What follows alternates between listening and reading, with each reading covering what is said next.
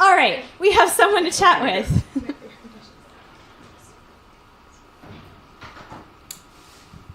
Momentarily. Hello. Happening soon. You're very, very...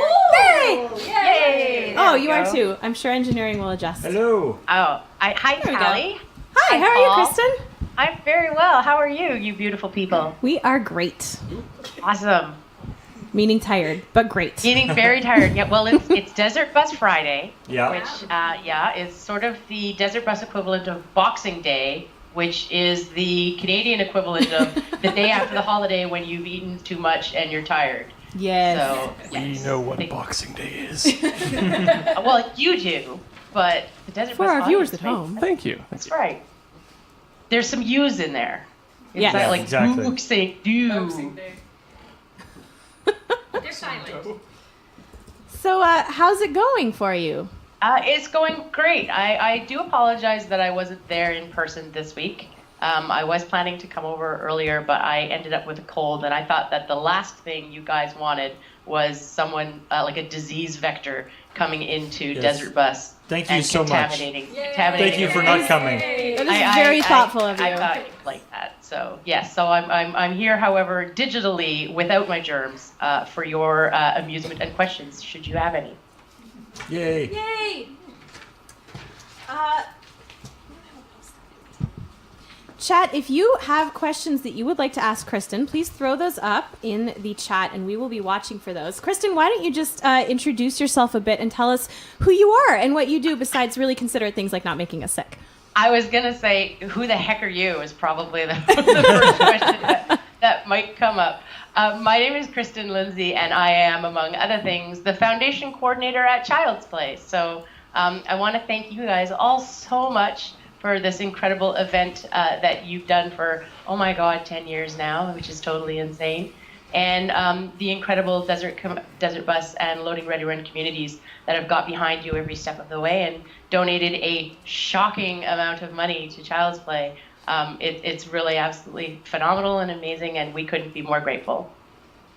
Well, we are happy to do it in our own special, exhausted way. But it is a real privilege to have been able to do all this for your awesome charity for all these years. Well, thank you so much.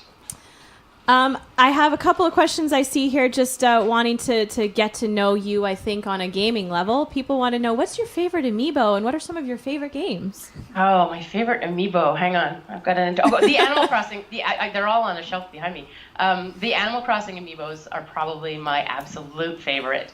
And I would be hard-pressed to pick my favorite. It's probably Tom Nook, just because I love looking at him and going, but those would probably be my personal favorites of amiibos. Yeah. I feel Animal Crossing. I feel like Tom Nook must be a secret Vancouverite, given how he is about real estate. Real estate, exactly. This is an excellent point. Man, so true. What? I suppose you heard that Jerry almost came over to visit you, eh? I did. Yes, there was a very panicked message received, which was, which city that begins with a V am I actually supposed to be going to? And I love that he wasn't right the whole time. He just thought that he wasn't, which is a sort of typical Jerry fashion. His self-doubt is much more powerful than his actual ability to do really cool things. And then what are your favorite games? Good question. I got back into World of Warcraft for Legion, so I've really been enjoying that again. I had skipped out just after the Panda expansion and thought that I was free and clear. 10 years of addiction finally conquered. But no, it's not. It wasn't to be. I'm now fully back. So I think that just in terms of the legacy that game has. It's 12 years of my life I've been playing that game. I would have to say that that's probably my favorite. But aside from the ubiquitous WoW fanaticism, I tend to like games like Animal Crossing and Harvest Moon, sort of the games that are very soothing to play. So that's my go-to for like DS games, but aside from WoW. Solid classics. Yeah, absolutely. We've had some questions throughout the week for all of us here about like favorite desert bus memories. There's a lot of, year 10, we're like doing the nostalgia thing. Oh, these years of desert bus, we're so grown up now. Not really. You've been here a lot over the years. Most years you've come to visit. I've been there almost every desert bus. I missed a couple. I missed one when one of my sons was born, which actually leads to my favorite desert bus memory. Excellent. My favorite memory, ironically, was from a desert bus where I was not there in person, but I sent a proxy in the form of a giant paper-craft head of myself. And that was, I looked it up, it was Desert Bus 4, so that's pretty old school. Desert Bus 4 saw, it was Jer driving the bus, and Graham came into the room wearing a big, like, GoldenEye version of my head made out of construction paper, and it was pretty amazing. And he did the interview with me with Jer, who drove the bus wearing the papercraft head, which takes a pretty impressive degree of skill. And then they interviewed me on the phone as though I was Jer with the papercraft head, which was pretty phenomenal. So that's definitely my favorite desert bus memory. Didn't that head actually stick around the PA office for quite a long time? I was really hoping no one would bring it up. Fate of the head. I was hoping we could visit this memory and then never speak to it again. But yes, actually, Paul, it did. The papercraft head went to the Child's Play dinner auction that year and was purchased by a member of the Penny Arcade staff, who shall remain nameless, and thus lived in the office for many years after that. And we also have a giant statue of Solid Snake in our office, like a life-size statue of him. And it usually can be found on the Solid Snake statues. So, but it kind of moves around. It's horrible. It's the most horrible thing ever. And various hats have been placed on it, and it usually is seasonally decorated for the holidays with Christmas lights or ornaments. Yeah, it's my nemesis, my head, it's just like you're always there in spirit. For years. Enormous head. Now. The enormous head has haunted me. But yes, someday I will set it on fire, I think. That'll be it. I'll give it a Vikings burial. Ooh, that sounds nice. Dude, put like a candle in it and let it up like one of those Japanese lanterns. Yeah, I like the pinata suggestion. That's a great idea. It wouldn't take much actually to turn it into a pinata. So that's a solid recommendation. Thank you. This is kind of reminding us all that actually the wish to be able to be in two places at once, possibly not worth it after all. No, it will become your greatest mistake. Trust me on that one. Mm-hmm. There's a question in the chat. How excited are you to know that Desert Bus has raised over $20? Over $20. When I was at 20, that's $20 Canadian or $20 American? U.S., so it's like doubly valuable. Yeah. Wow. I know. That is amazing. It's fantastic. The work that you've done for the children. I mean, phenomenal. Unparalleled. Yeah, that was an article that came out just before Desert Bus. Traditional news media, slightly behind on the numbers there. Yeah, it's been fixed now, but a few zeros got dropped. It's that decimal. We've raised somewhere between $20 million and $20, according to them. Yeah, so, same person. Yeah. Well, it's degrees Kelvin, right? The poor news media. We love that they came out and covered us. I guess it just shows never make a decimal mistake on the internet. You'll never live it down. Never live it down. There was a more serious question though about your feelings, and I'm not trying to like toot our own horn or something here. Pardon the pun. You're entitled. Okay. Well, your feelings on getting $500,000 or so or ish or whatever from this random and bizarre. That's the part I liked. It's a very untraditional, unconventional, bit of an odd kind of a way to receive money. Oh well, so I was watching actually when the number rolled over to $500,000 today, and it was just like. It sort of becomes difficult to comprehend. Like at this point, it's just like that is really amazing. We talk so much at Child's Play about how even a little bit can make a difference, which is true. We can provide an iPad to a hospital, and then for 99 cents they can buy an app that is going to be used by hundreds, if not thousands of children. Like it resides on that iPad and will be used over and over and over and over again. So a very small donation can have a very big impact in the Child's Play universe.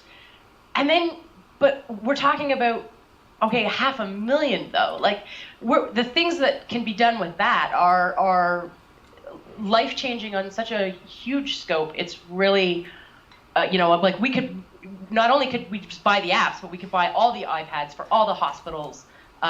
We could buy game consoles for every one of our partner facilities. Like it's such a massive contribution, and it's humbling. Like it really is. I watched it and I just thought, wow, it's amazing. It's really amazing. I mean, you guys are sitting at, you're probably you're I mean, I know you're over 3.5 million lifetime now. Like you're probably just under 400 or 4 million now. Like that's mind blowing. Wow, it's amazing. Yeah, it's pretty crazy. Our viewers are just incredible. It's amazing what many people can do together. I think this has been talked about in past years, but maybe not this year. But how do you guys figure out which hospitals you're supporting, and how could someone find out if their local hospital is supported by Child's Play, and how could they look into getting their local hospital supported by Child's Play if it isn't already? Are there ways to look into that? That is an excellent question. So on the Child's Play website, which is at childsplaycharity.org, if you click on the donate button up at the top, it will take you to our map, our Child's Play partner map. And every little controller that appears on that map is representing a partner hospital. If you mouse over it, it'll give you the name of that facility. So that's the fastest way to check to see if your local facility is already part of the Child's Play network. I got a point! Woo! Yay! Sorry to interrupt. Stop the president! Well, congratulations! 2 points! Woo! That's awesome. And if you want to, if your hospital's not on that map and you want to get involved, then you can just give us an email. And if you go to the FAQ page, all of our contact emails are there. And I think it has, there's even a section on how do I get my local hospital involved. And you email us, and basically we just need someone to start the ball rolling, just to give us a hospital, and we can reach out to them and find out if they're interested, and start the process. It's pretty simple. Awesome. And just recently, has it been 2 years now that you guys have been supporting women's shelters as well?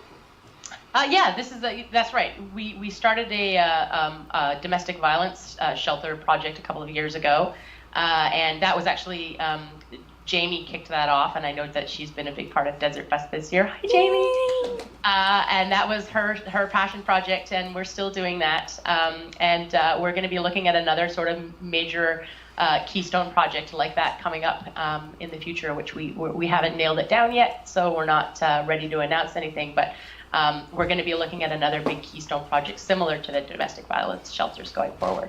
So this is awesome. It sounds like you've expanded your scope recently, and you're looking to continuing to expand your scope. You are really able to grow and keep supporting more people and more things out there.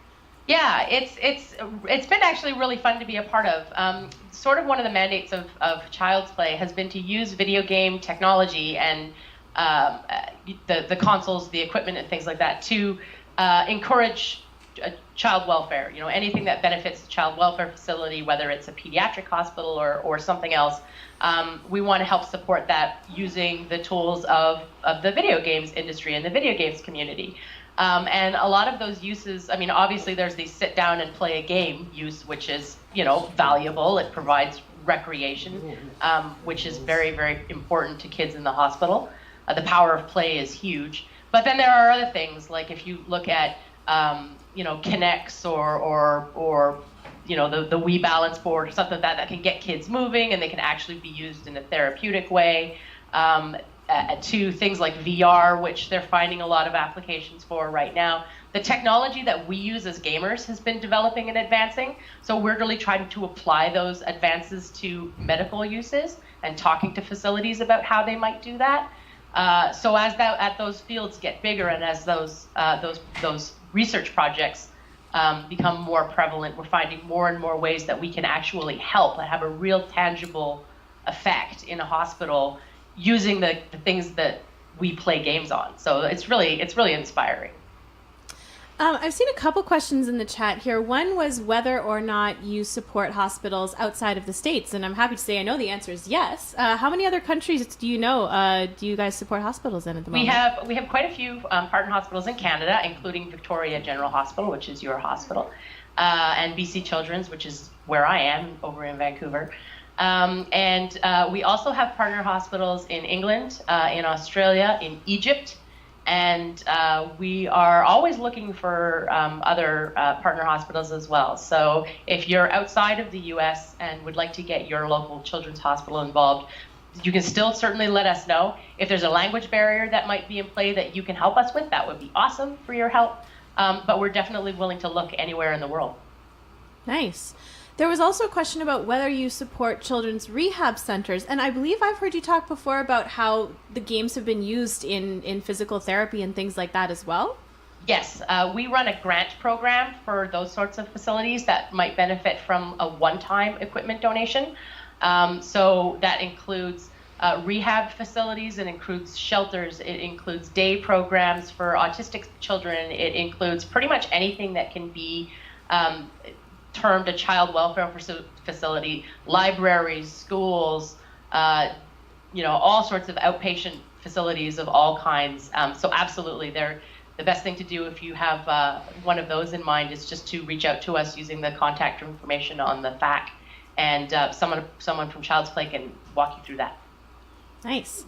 I've definitely seen some people in the chat posting, oh, yes, they support my hospital here in New Zealand or here in Australia and here in Excellent. Ireland, which is awesome. We have people from all over the world watching right now, which is great. I had another question, and it's true Desert Bus fashion. It just went, whoo. I can see it off in the distance, but I can't read it. You have, for people who are in Seattle, so Child's Play is based out of Seattle.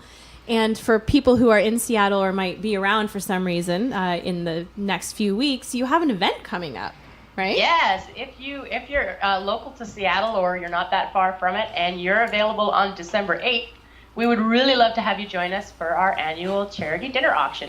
A bunch of you guys will be there too, which is going to be awesome. And it's sort of the most fun.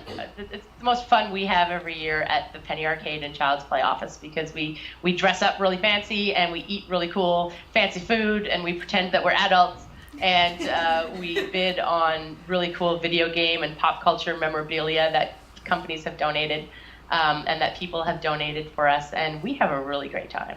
And that's coming up, again, December 8th. It's a Thursday, and tickets for that event are available also on the Child's Play website.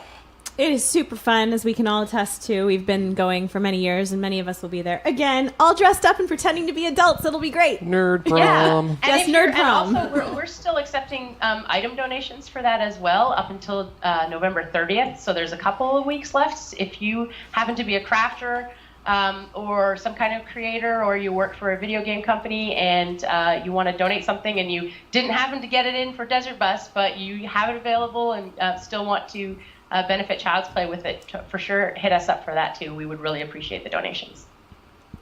Definitely.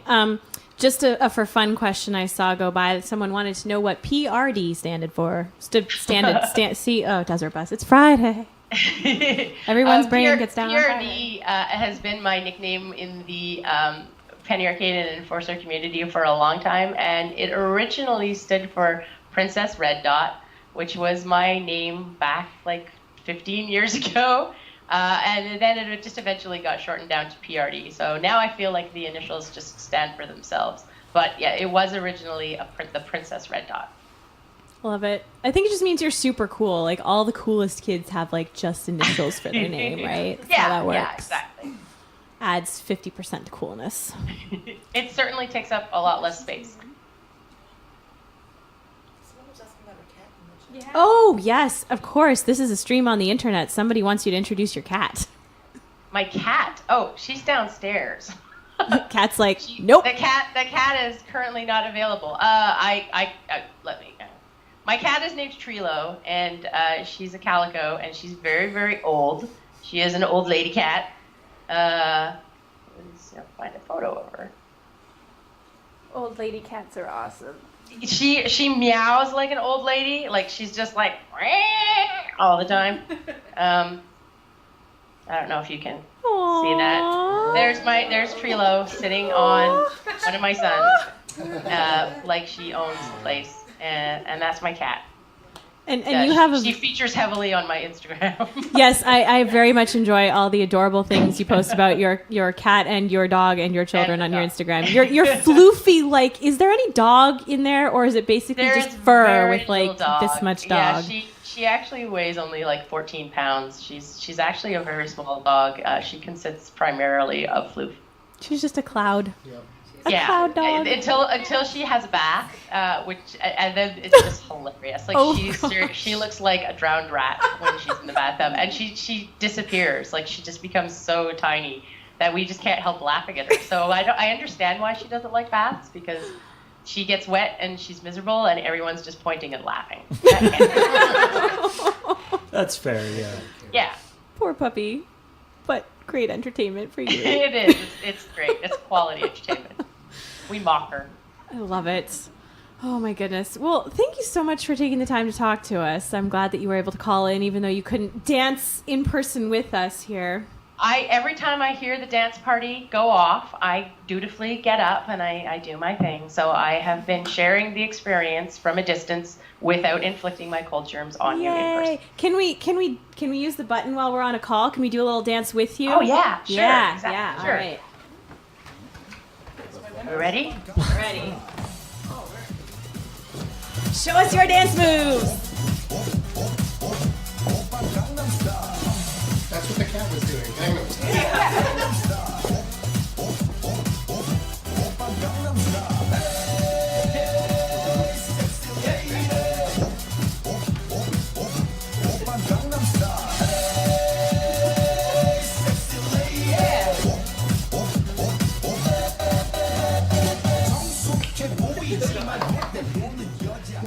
Oh, that was awesome. Gotta take it to an appropriate theater. That was the best. I love your commitment even from afar. I'm so sad I'm not there, but thank you guys very much for having me in this capacity. I really appreciate it. And congratulations on reaching the final day of Desert Bus 10. Yay! Thank you so much, Kristin. We will see you soon. Get Yes, better. at the auction. Thank you. Bye. Kristin Lindsay, everybody, from Child's Play. We've been very, very lucky to have many Child's Play folks with us this year. We had Eric and Travis come and visit in person, and then Kristin called in. It's great. They're an awesome group of people. They run an awesome charity. We are very, very happy to have the opportunity to work with them.